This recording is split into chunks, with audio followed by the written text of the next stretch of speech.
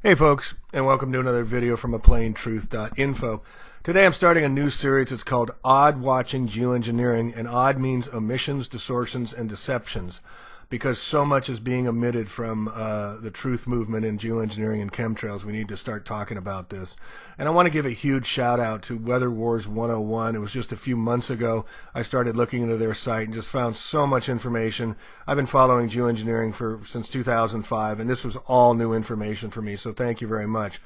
So we're going to cover wet surface air coolers today, Nexrod Doppler along with HARP, ocean-based water systems, the Silver Lining Project by Bill Gates that makes water vapors to create weather offshore, critical to create the climate because we've completely collapsed the climate, and why they must geoengineer the world or else. And then also the odd characters in watching geoengineering, because as I said, this weather modification history is not having a full story told, and we're just on the cusp of the geoengineering community. David Keith and all the shills that work for the government that's been doing the geoengineering now for decades is about to make it all perfectly legal. So all this legal anti-geoengineering action is going to go by the wayside, and we'll cover that as well. But I just wanted to bring your attention to how much the programming is being done. I mean, here's a picture of the Marriott Hotel, and they've got chemtrail paintings in the background. This is the mind control, folks. We're in desperate mode here. The weather has collapsed. They're increasing the geoengineering ever more intensely. And I'll put in the notes, but study this model. This is what they're doing. This is how they have to do it in order to create weather, because we've collapsed the weather systems. And this is what Weather Wars 101 has been talking about for so long. And this is part of the Silver Lining Project, having to make ocean water vaporization to combine with the cloud condensation nuclei and the barium salts. None of the geoengineering, or few of the geoengineering and chemtrails talk about barium salts at all and why it is necessary in the sky and the chemtrails. But today I want to focus on the wet surface air coolers. These are ground-based water vapor machines creating the water vapor through these machines that are being used to shoot up into the air to combine with the barium being sprayed with the chemtrails and the cloud condensation nuclei to make weather. These are all over the world. Wall Street must go up. It's hitting new record highs, but we're destroying our nest at all costs. And I don't know any other creature that destroys the own nest it lives in but humans. But unfortunately, we're going to have to learn that this is the revenge of Gaia. Nature bats last. She's going to sweat us out of here. And the manipulation of the weather by the geoengineers is only making things worse, much worse, and it's getting accelerated. And if all they have is a hammer, everything looks like a nail. So just to drive home a point, you'll find very, very few geoengineering or chemtrail sites that talk about weather modification incorporated. You can see program services, meteorological services, atmospheric assessments, cloud seeding, weather radar systems. That's the Doppler Nexrad we'll get into at another time. Here's the aircraft everywhere. But they have atmospheric assessments in the clouds, the transformation of invisible atmospheric water vapor to visible droplets governed by nucleation, the character of local aerosols and cloud condensation nuclei. Okay, so you're not hearing that being talked about on all these sites, and folks. And here's another bunch of companies that are sponsored by our state governments for wet surface air coolers, weather modification, Wisconsin. These are all sites that provide wet surface air cooling and other services for geoengineering that are not being covered by nearly all chemtrail and geoengineering sites, and all these people like Freeland and Kirby and these others that are putting out geoengineering books. Okay. Despite the cost, however, NASA does need to test these engines once in a while. So they built this place in the wetlands of Mississippi.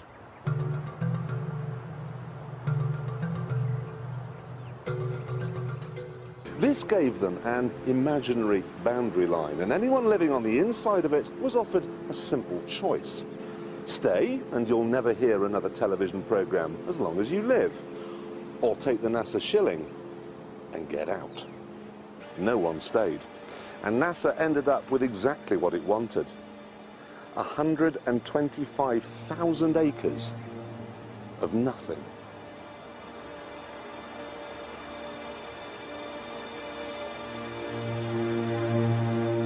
They even had to move 5 cemeteries. because the noise they were planning on making would wake the dead.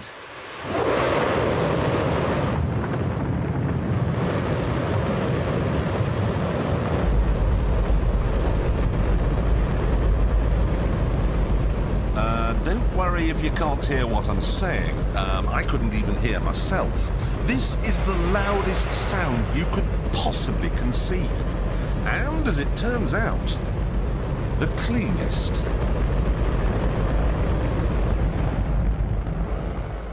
Now, the most amazing thing is that that cloud up there, which was generated by the engine, is just a mixture of hydrogen and oxygen. It's water vapor.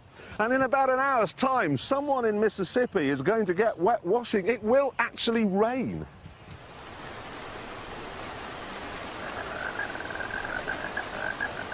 I told you, it's raining. That's unbelievable. Oh. NASA's playing God. It's making its own weather. So that was an example of NASA's weather modifying device. They sell it as a engine testing device, but as you can clearly see, it's made to modify weather. It's known as a wet surface air cooler. These devices are all around the world and are used to manipulate and control the weather from the ground. Most of us are aware of geoengineering from the skies. We look up, we see that the skies are being painted much more. The geoengineering chemtrails include aluminum, barium, strontium, formaldehyde. They also will spray chemtrail flu to make people sick to help Big Pharma. But these wet surface air coolers, ground-based weather manipulators, it's very little discussed. Weather Wars 101, which I'll include in the show notes, is the only site I know of that is actually bringing to light these massive devices that are all over the world that are manipulating the weather at will. And as you can see from this video right here, from a ground-based to an aerial view, you can see clearly that weather is being created. Cloud formations are being created, and when they add the different devices, they can steer and move the weather. You get a little higher picture here, and you can see this is just creating these huge plumes from ground-based devices, yet geoengineering and chemtrail alternative media, except for Weather Wars, are lax in covering this. The devices they use to steer the weather, you've maybe seen them, they look like golf balls, are called NEXRAD, Doppler radar you see on TV, you hear on the news services. Those are the devices they use radio frequencies to steer and control the weather, but the water evaporation towers that are going up into the air are a huge part of the entire geoengineering ecosystem control, and it needs to be brought to light. Another is the Bill Gates Silver Lining Project, where they actually have devices that use seawater to spread water vapors up into the air as well.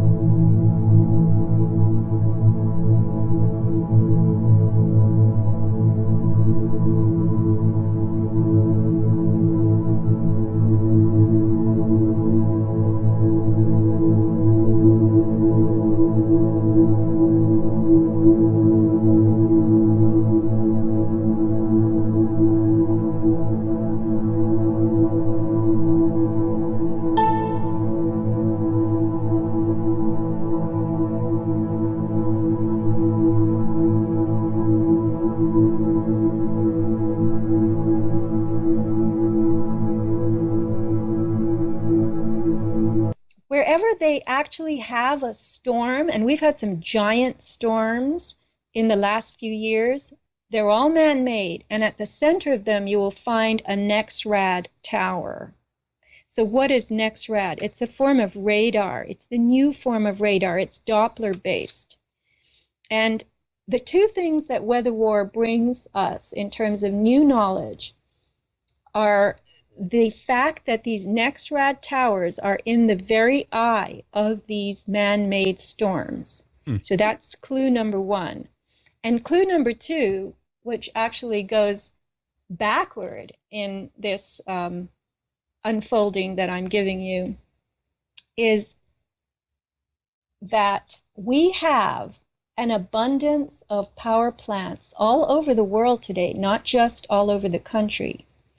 And I had seen these for years. I never knew what they were. I'd be driving along the freeway and I'd see these tall smokestacks, and I would think to myself, factories. Yeah, those are factories. And they'd be pumping out, belching out huge amounts of what looked like pollution.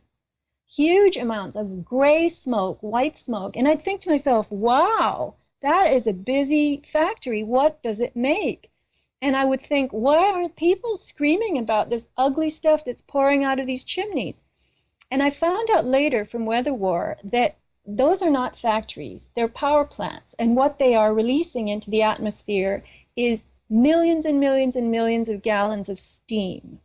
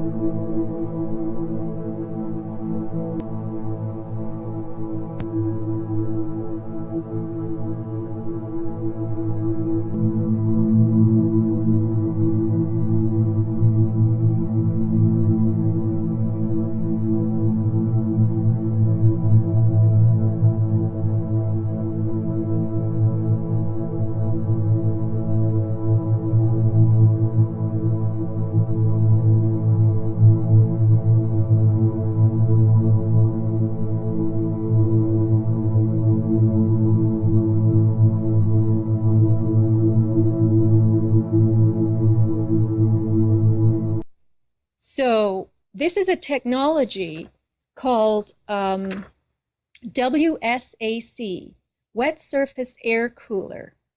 And the operation is known as direct steam condensing for power generation using closed-loop evaporative WSAC technology.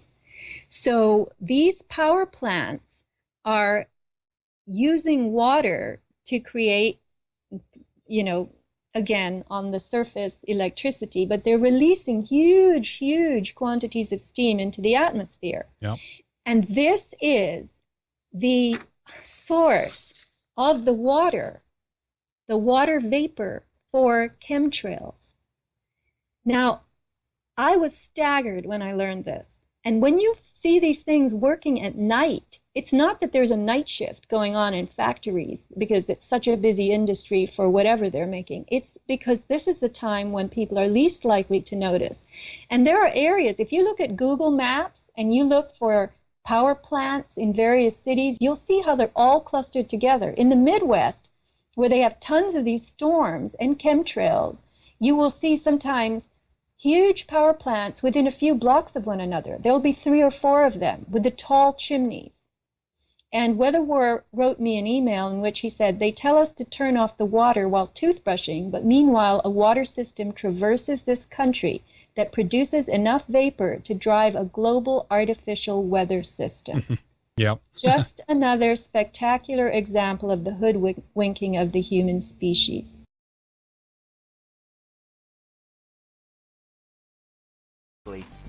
Atmospheric cooling towers. Atmospheric cooling towers use no mechanical devices to move air through the tower. A cooling tower is a heat transfer device used in industry to cool water that is used in a cooling system. Cooling towers are shell structures built of concrete in which hot water is allowed to cool. Thereby, thermal energy is released to the environment. The most well-known form is the natural draft wet cooling tower, as shown in this animation. Natural draft wet cooling towers can be up to 200 meters tall and are made up of a cold water basin, an air inlet near the bottom of the tower evaporates. This can be seen as plumes of steam. Natural draft wet cooling towers function according to the simple principle of the stack effect, also known as natural circulation. Since warm air is less dense than cold air, warm air rises due to buoyancy and escapes out of the upper opening of the tower. This leads to a self-preservation of the stack effect. Water is wet. 62,500 power plants from 2 to 240 of these wet seal air cooler blower facilities evaporating from anywhere from 18,000 gallons a minute to 700,000 gallons a minute, adding trillions of gallons of water vapor to the atmosphere and God knows how much heat, and has for the last 50 years.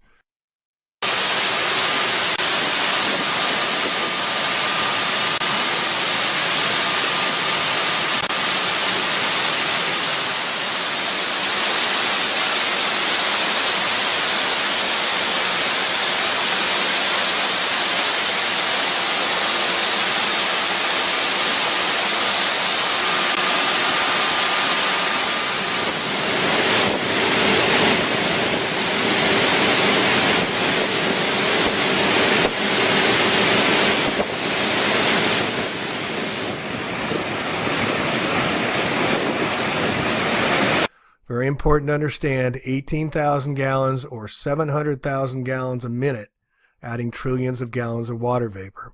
At the heat addition side, the burning coal produces many pollutants. The wide range of fluid streams cooled by the WSACs in the wastewater industry include various liquids prior to biological treatment. WSAC is a preferred technology for wastewater cooling due to the ability to maintain the critical outlet temperature required for biological treatment tanks, commonly referred to as bug ponds.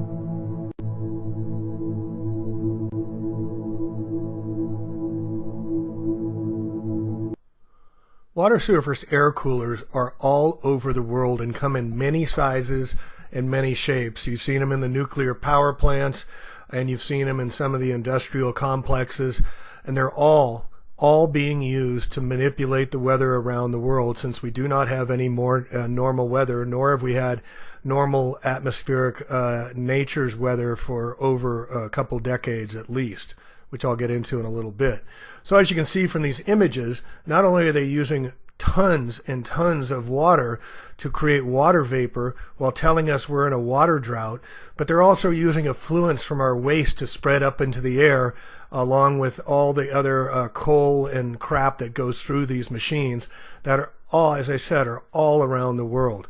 So as you can see, these water surface air coolers are being used to manipulate the weather. We can see it in so many different places, in so many different styles, and so many different shapes. And what I find absolutely astounding is the geoengineering and chemtrail community that has been active for over 10 years has not even addressed this issue, except for Weather Wars 101 and Sophia Smallstorm.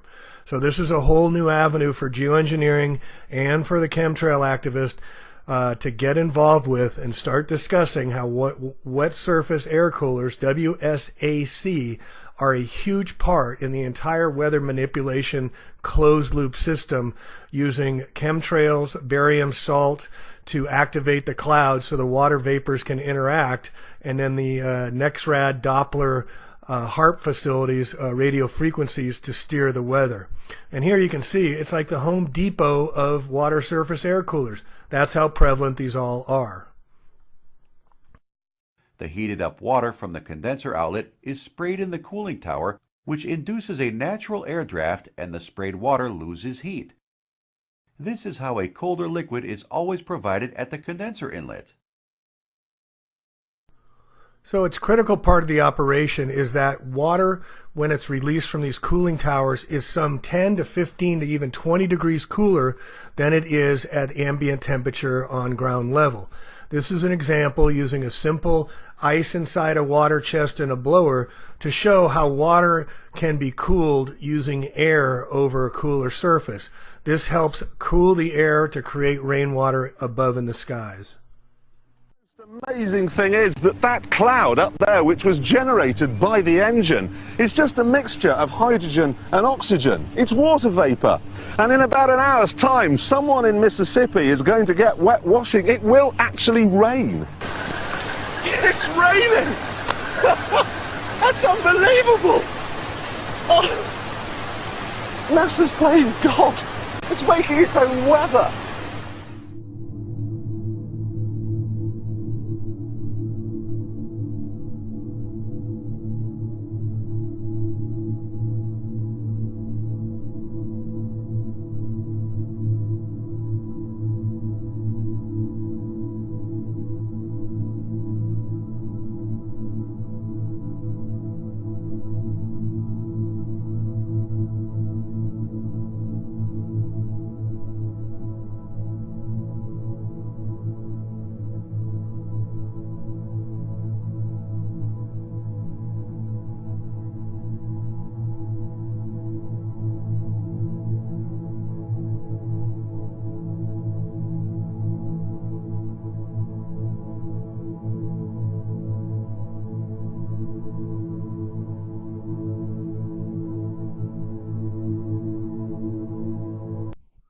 All right, so this is the effect of cooling towers on the atmosphere. This is from Weather Wars 101. He's citing a 1971 Zion nuclear power plant study on the effects of cooling towers on the atmosphere and weather. There are, as he states here, 62,500 of these power plants worldwide. Also, the wet surface air cooling farms that could only have one conceivable purpose, known as WSAC. All right, and if we scroll down, this is the study, the effect of cooling tower effluents on atmospheric conditions in northeastern Illinois. It was done in 1971. So the study shows that it was already known back in 71 that massive amounts of water vapor from even one nuclear power plant with 4 cooling towers would have significant effects on the atmospheric conditions and weather. So here's a different independent study confirming that wet surface air cooling systems began around 1971. It says here, the waste heat removed by the cooling system during the steam condensation step must ultimately be transferred to the surrounding environment. The high heat unit capacity water has been the traditional transfer medium of choice because its relative availability, inexpensive, and reusable. Wet cooling systems use water to absorb heat via indirect contact with steam in a condenser. The heated water is either discharged to a large surface water body such as a river or lake, or passed through a cooling tower and recycled back. In either case, heat absorbed in the condenser is released to the environment through a combination of evaporation and sensible heating of the surroundings. Prior to 1990, virtually all steam electric power plants used wet cooling systems. And then it goes on to say, down here a little further, that however, in the early 1970s, new steam electric generation began using recirculated cooling. And here's a list of extensive patents on geoengineering and aerosol spray. And this seems to validate and further confirm that the wet surface air coolers were rolled out in 1971. I mean, look at all these patents that were taken out. Methods of treating atmospheric conditions by intermittent displacements of materials, weather modification methods. So it does seem to indicate that wet surface air coolers are a major component developed starting in 1971 after the Mount Zion study. It is impossible to find a power plant of any fuel type that has no wet surface air coolers whatsoever. Fog potential, this is from the Zion study, fog potential was calculated for mechanical natural draft towers and pure natural draft towers of 350 and 500 feet. Certainly, large quantities of heat released to the atmosphere will result in an increase in convection, turbulence, and cumulus clouds. So, Weather Wars goes on to state, so what happened to all these concerns from 1970? They disappeared from the scientific community and from society as a whole, while simultaneously being developed as the foundation of the global engineering process. He says, we have 50 years of evidence of this reality. The very serious concerns raised by the Zion power plant study were enough to prevent their use on environmental reasons for that one plant. But subsequently, 7,000 power plants in the United States and 62,500 power plants worldwide. The potential impact of that one power plant that was deemed too great a risk to the environment now exists 62,500 times over. A Carson 1970 study states that extra heat and water vapor from cooling towers may create cumulus clouds, and that possibility of tower plumes acting as trigger to produce extra cumulus congestus clouds and precipitation miles downwind of the release must be considered. There are frequent occasions when tower plumes can be seen to evaporate and then recondense to some extent at higher altitudes further downwind. Under stable conditions with higher humidities, the plumes will persist after leveling off and appear downwind as stratus cloud cover and merge and reinforce existing cloud cover. So you see how they're altering the clouds here.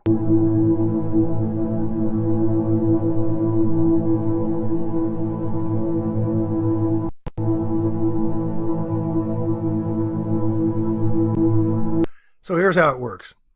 In order to create a rainstorm then, for instance, all we need to do is start the cloud system with a water vapor, release from a power plant A, wait until that initial cloud of water vapor reaches station B, then continuing the feeding clouding system with water vapor releases from station B.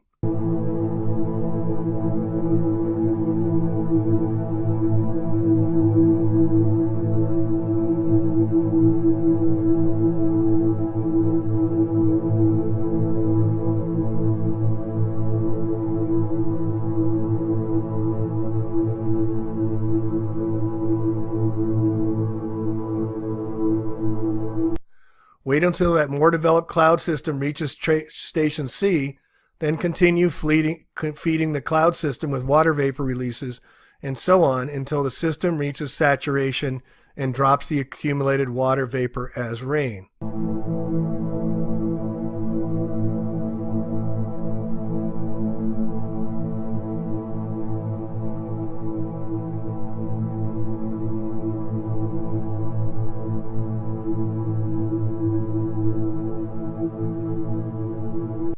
From a climatological observations and cloud physics research, it is known that cumulus clouds and rain showers of thunderstorms can be triggered by relatively small inputs of energy. This is critical to understand. And a Shangon 1968 about has shown that areas downwind of Chicago had experienced 20 to 40% increases in precipitation due to urban industrial effects. Measurements of cooling tower plume profiles indicate that humidity increases can be detected for many miles downwind. It is quite evident that any severe weather event resulting from cooling tower effluence could be attained only through a triggering or stimulation effect. That is, the additional heat and or moisture fed into the developing storm cloud could conceivably produce an imbalance that could result in its intensification into a severe weather state. Okay? Let's look at the science of rain and how raindrops form. First, we'll need the sun. When the sun shines on water on the Earth's surface, the heat of the sun warms the water, turning it into an invisible gas called water vapor. This process, the changing of water into a gas, is called evaporation. Because gases are lighter than liquids, water vapor rises up into the sky. And the further you move up and away from the Earth's surface, the colder the temperature gets. So in the sky, the water vapor cools and changes back into tiny water droplets. This change is called condensation and is the opposite of evaporation. Clouds are made up of tiny water droplets, so when condensation occurs in the sky, clouds form and grow. Let's take a closer look. When water droplets bump into one another, they stick together and grow in size. They continue to grow until they are too heavy and fall as rain. They even grow as they bump into one another on their journey from the cloud to the ground. And every single raindrop that reaches the ground is made up of 1 million of the original tiny water droplets. Raindrops fall on the ground surface where the sun can shine on them, and the whole process happens again. This is called the water cycle and keeps water moving from the ground to the sky, providing the water needed for plants, animals, and people to survive. So to be very clear, the hydrological cycle of ocean water makes the rain. Rain comes from the ocean's activities, or used to come from the ocean activities. Air currents enter water vapors into the atmosphere, and then the water vapors condense into small particles that are known as cloud condensation nuclei, or CCN. This particulate matter are less than a micron in diameter. They're extremely small. The condensation takes place just like water vapors condense on a saucepan's lid when water is boiled in it. In that same way, water vapors condense when they collide with the cloud condensation nuclei. Now, warm air can hold more water than cool air. But if the air, warm or cool, is holding half as much moisture as it can hold when saturated, the relative humidity is 50%. This is the temperature below which the air can no longer hold the moisture in vapor form, and liquid water or dew will form and rain is created. The hot water in the kettle gives off water vapor to the air by rapid evaporation, just as rivers, lakes, and ponds give off water vapor to the air by slow evaporation. As the hot water-filled air hits the colder air near the ice tray, the water vapor turns into clouds of tiny water droplets floating in the air, condensation. When the air is quite cold and cannot hold any more water droplets, they collect together to form larger drops, as on the ice tray. And being too heavy to float in the air, they fall back to the earth as rain.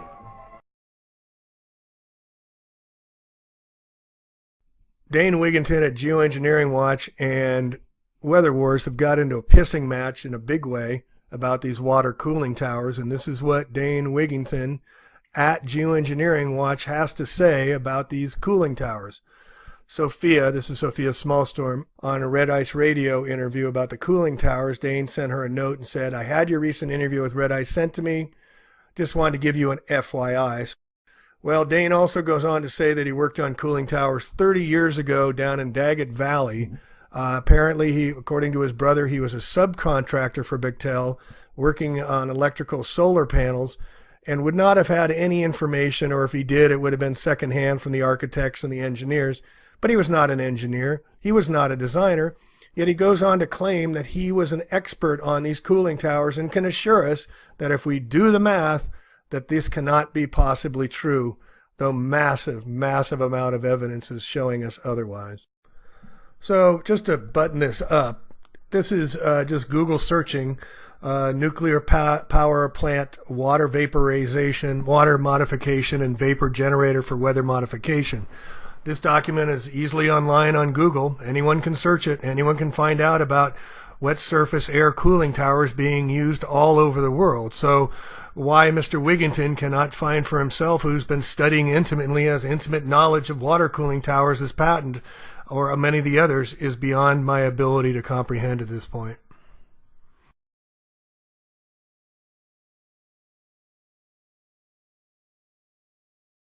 I worked on cooling towers for Bechtel in California. They can only put out enough steam to form a small cloud just over the facility. Do the math on 2 inches of rain over even a small geographical area. It's a massive amount of water. I know what I'm speaking about on this issue. I have worked on cooling towers, he says.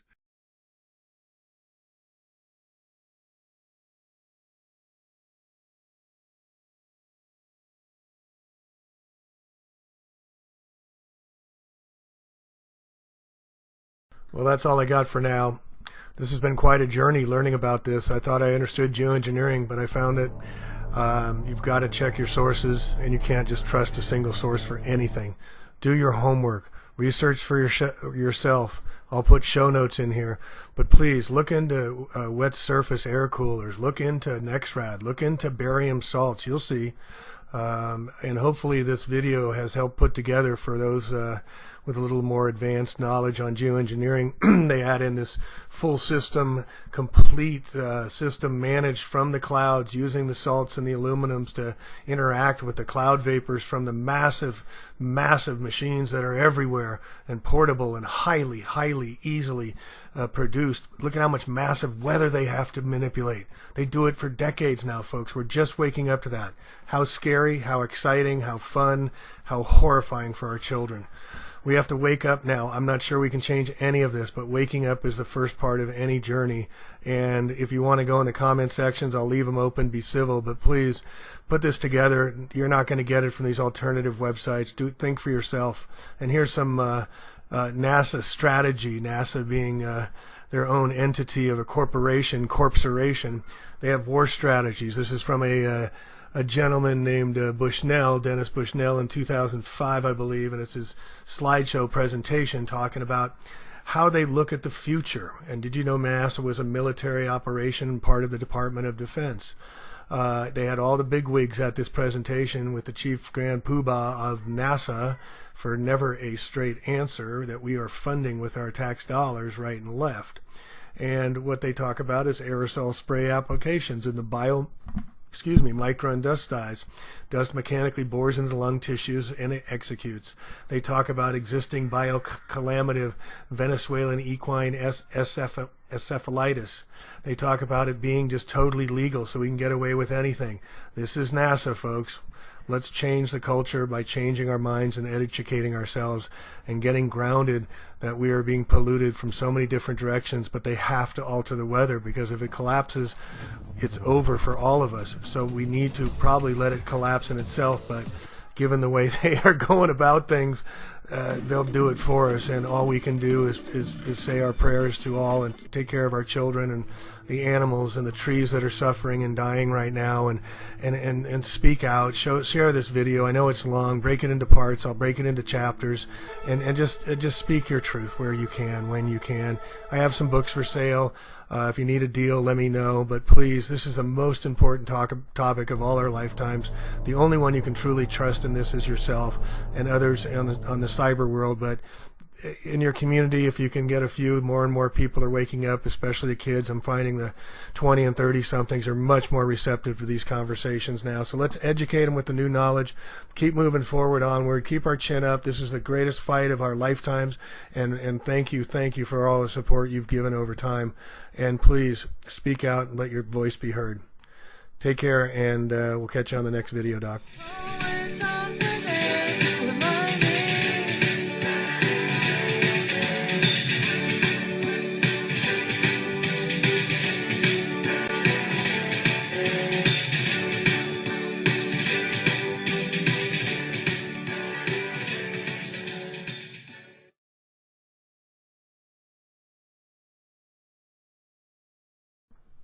Hi.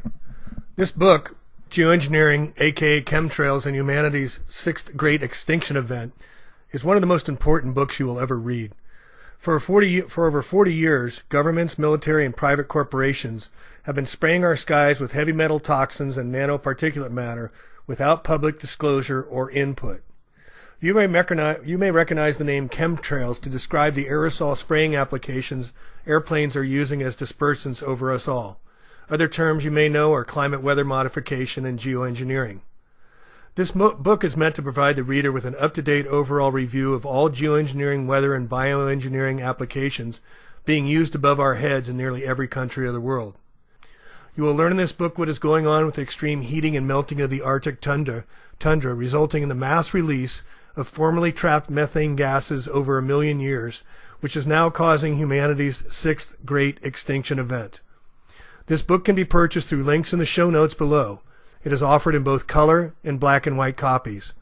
Geoengineering is simply the most important subject of our lifetimes. Please, please, Help sound the alarm and share with others, and activate in your communities to stop the madness. Buy this book, learn about geoengineering, and spread the word. Portion of these book proceeds will go towards geoengineering education and activism. Thank you.